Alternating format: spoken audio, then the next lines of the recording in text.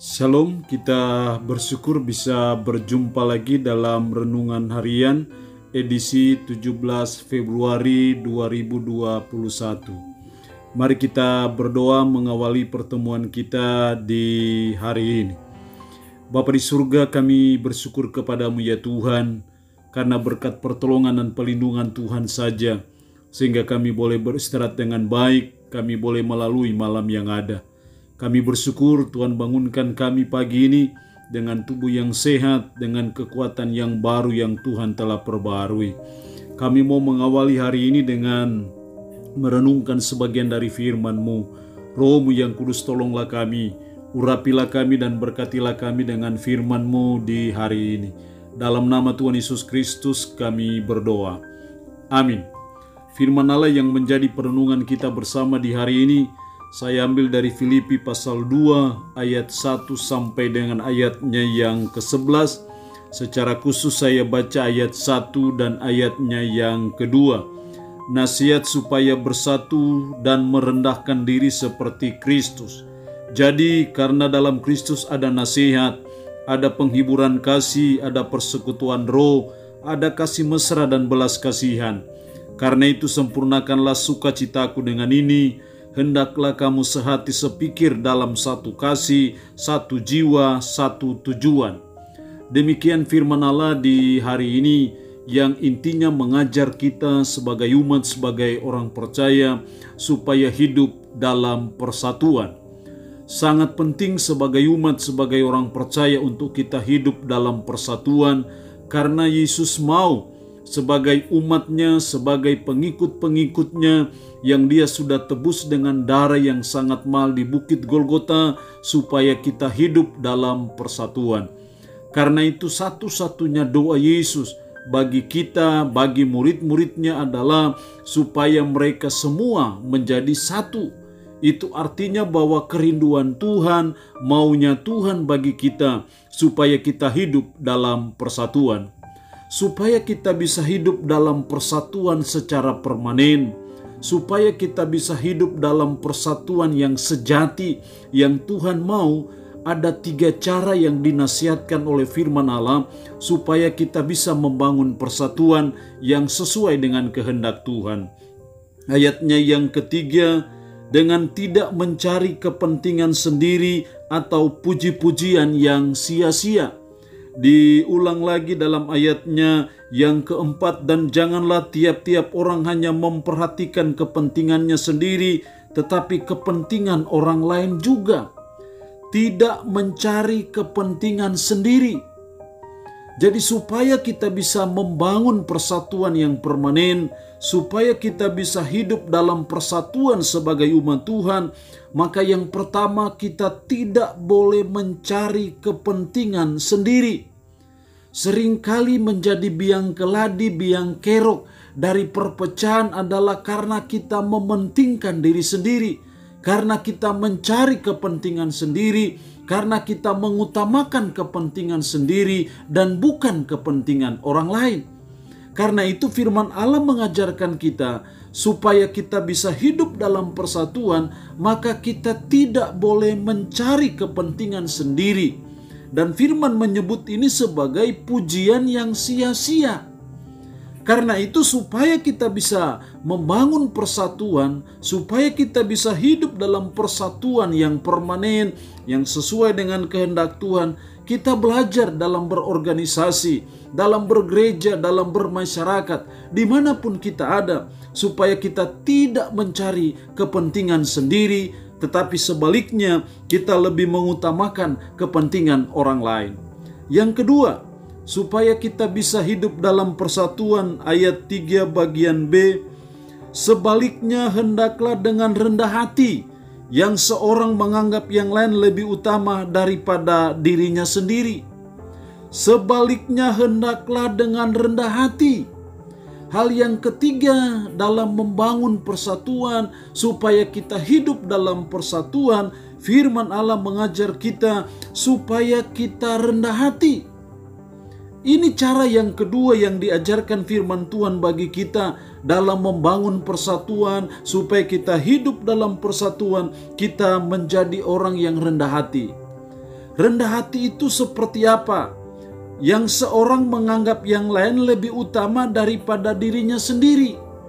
Jadi orang rendah hati itu selalu menganggap orang lain itu lebih utama. Orang lain itu lebih penting daripada dirinya sendiri. Tapi kalau dia menganggap dirinya lebih utama, menganggap dirinya lebih penting daripada orang lain, maka itu namanya kesombongan. Dan ketika muncul kesombongan, disitulah akan ada perpecahan. Jadi supaya kita bisa hidup dalam persatuan, yang kedua firman Allah mengajar kita untuk menjadi orang yang rendah hati. Kerendahan hati dalam berorganisasi, kerendahan hati dalam bergereja, bermasyarakat, dimanapun kita berada, itu sesuatu yang sangat penting yang harus ada dalam hidup kita, karena itu yang menolong kita dalam membangun persatuan.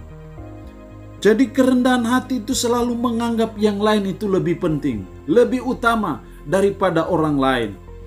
Jauhkanlah diri kita dari kesombongan, karena kesombongan itu adalah biang kerok, biang keladi. Jadi dari adanya perseteruan, adanya permusuhan yang akhirnya menciptakan tidak adanya persatuan dalam kehidupan kita. Coba kita perhatikan dalam organisasi-organisasi manapun juga. Seringkali terjadi perpecahan karena ada kesombongan. Apakah itu dari badan pengurus ataupun dari anggota satu dengan anggota yang lain. Karena itu firman Allah mengajar kita supaya kita hidup dalam persatuan. Yang kedua, kita harus rendah hati, yaitu menganggap yang lain lebih utama daripada diri kita sendiri. Yang ketiga, supaya kita hidup dalam persatuan, ayat 5 sampai dengan ayatnya yang ke-11. Hendaklah kamu dalam hidupmu bersama menaruh pikiran dan perasaan yang terdapat juga dalam Kristus Yesus. Kita harus punya pikiran dan perasaan yang ada dalam Kristus Yesus. Dalam membangun persatuan, supaya kita hidup dalam persatuan, kita harus memiliki pikiran dan perasaan yang terdapat dalam Kristus Yesus. Lalu pikiran dan perasaan yang terdapat dalam Kristus Yesus itu yang seperti apa? Dijelaskan dalam ayat 6 dan seterusnya. Yang walaupun dalam rupa Allah, tidak menganggap kesetaraan dengan Allah itu sebagai milik yang harus dipertahankan, melainkan telah mengosongkan dirinya sendiri dan mengambil rupa seorang hamba dan menjadi sama dengan manusia. Dia adalah Allah yang penuh dengan kemuliaan, tapi mau merendahkan diri, mau mengorbankan diri demi dan untuk penebusan dosa manusia. Jadi pikiran dan perasaan yang terdapat dalam Kristus Yesus adalah pikiran dan perasaan yang mau rela berkorban. Rela berkorban seperti ini harus kita punyai dalam hidup kita sebagai umat, supaya kita bisa membangun persatuan yang permanen. Jadi hal yang ketiga supaya kita hidup dalam persatuan, yang ketiga yang Tuhan tuntut bagi kita adalah mari kita punya kerelaan untuk berkorban. Kerelaan berkorban dalam organisasi itu sangat dibutuhkan. Kerelaan berkorban dalam bermasyarakat, berbangsa dan bernegara, bergereja itu sangat penting. Karena itu menolong saudara dan saya dalam membangun persatuan, dalam hidup dalam persatuan. Itulah pikiran dan perasaan yang terdapat dalam Kristus Yesus, yang juga harus ada dalam pikiran kita, yang harus ada dalam perasaan kita, yaitu kerelaan untuk berkorban. Ketika saudara dan saya memiliki kerelaan berkorban seperti Kristus, itu yang menolong kita dalam menciptakan ataupun membangun persatuan yang permanen, yang sesuai dengan kehendak Tuhan. Karena itu siapapun kita, dimanapun kita berada, tugas dan tanggung jawab apapun yang dipercayakan Tuhan bagi kita, mari kita jadi agen-agen pembawa persatuan. Mari sebagai umat, sebagai orang percaya, kita membangun terus persatuan, kita terus hidup dalam persatuan, dan untuk itu dibutuhkan kerelaan untuk berkorban. Ketika ada kerelaan untuk berkorban, saya percaya kita bisa membangun persatuan yang bersifat permanen, bukan persatuan yang semu. Inti firman Allah hari ini mengajarkan kita untuk hidup dalam persatuan. Apapun kita, bagaimanapun kita harus terus berusaha untuk hidup dalam persatuan. Supaya kita hidup dalam persatuan, yang pertama kita tidak boleh mementingkan diri sendiri. Yang kedua, kita harus jadi orang yang rendah hati, yang menganggap orang lain lebih penting daripada diri kita. Dan yang ketiga, kita harus memiliki kerelaan berkorban seperti Kristus yang rela berkorban bagi kita. Allah yang punya firman ini memberkati kita dengan firman-Nya di hari ini. Amin. Mari kita berdoa. Puji syukur untuk kebenaran firman-Mu di hari ini. Ya Tuhan, tolonglah kami supaya sebagai umat, sebagai orang percaya, kami hidup dalam persatuan. Supaya kami bisa hidup dalam persatuan, ajar kami untuk kami tidak mementingkan diri kami sendiri. Ajar kami untuk kami senantiasa rendah hati, menganggap orang lain lebih penting daripada diri kami. Dan ajar kami untuk mau rela berkorban seperti Kristus, supaya kami bisa hidup dalam persatuan. Roh-Mu yang kudus, tanamkan firman ini dalam hati dan pikiran kami. Roh-Mu yang kudus, mampukan kami supaya kami bisa hidup sesuai dan seturut dengan firman-Mu di hari ini. Berkat-Mu bagi umat-Mu yang boleh mendengarkan renungan harian di hari ini. Kekuatan, kesehatan, umur panjang Tuhan berikan. Umat-Mu dalam pergumulan, kuatkan dan teguhkan iman mereka. Umat-Mu yang dalam keadaan sakit, tambah berdoa dalam nama Tuhan Yesus.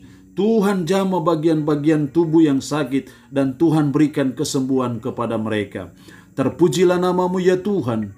Dalam nama Tuhan Yesus Kristus kami berdoa. Amin. Shalom, sampai berjumpa lagi dalam renungan harian edisi berikutnya.